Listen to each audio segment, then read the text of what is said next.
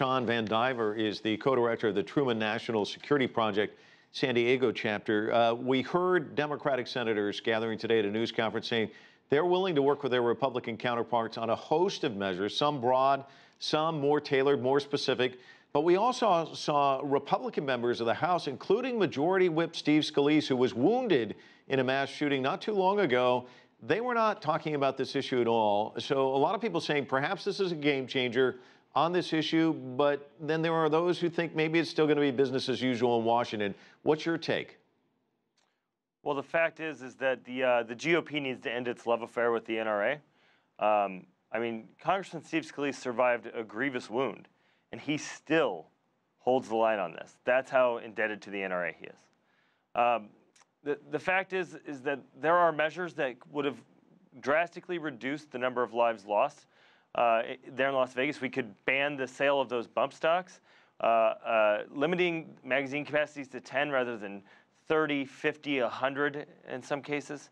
I mean, the long reload times between magazines that he was using just go to show us how many lives could have been saved. The fact is that it's on constituents of those members of Congress to call them and tell them that they want change.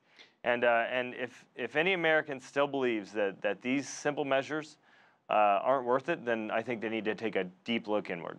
Well, it's interesting because after the Port Arthur massacre in Australia in 1996, the government passed stringent measures. It's seen results. Yep. Australian media pointing out this week that Paddock killed 59. That's more than the total number of gun-related deaths in Australia in all of 2016 if you subtract suicides. And one of the op-ed pieces says the U.S. is too immature a society to be allowed to play with guns. It's never shed its Wild West mythology. We've seen Australia take action. We've seen the U.K. take action with stricter gun laws. Why is it the U.S. cannot? So I'll take that in a couple parts.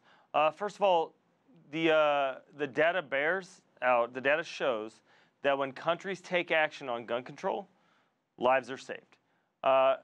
You mentioned the number, 59 deaths and almost 600 wounded. That's similar to the Battle of Fallujah. That's more lives lost and more wounded than any single day in Iraq or Afghanistan, than the casualties the U.S. has suffered. I think that maybe somebody's not, whoever said that is not wrong, that the U.S. is too immature. But I think that our Constitution guarantees the right to bear arms for a well-regulated militia. And I looked up well-regulated. I asked my Amazon Echo, I said, Alexa, what does well-regulated mean? And she said that it means governed by rules. So I don't understand why Republicans and conservatives can't understand that words mean things and agree that some rules are important. And what I've been trying to push is you know, when I was in the Navy, I had to get a background check every 5 years. I had to go through training every year, and I had to get a mental health screening every day when I went down and tried to check out my gun from the armory. The armorer looked at me.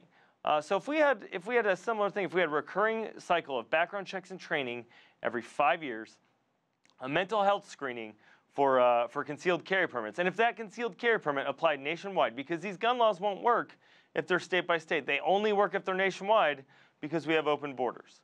And I think if we did that and then limited the magazine capacity and banned bumper stocks, we would see a drastic decrease in the number of lives lost.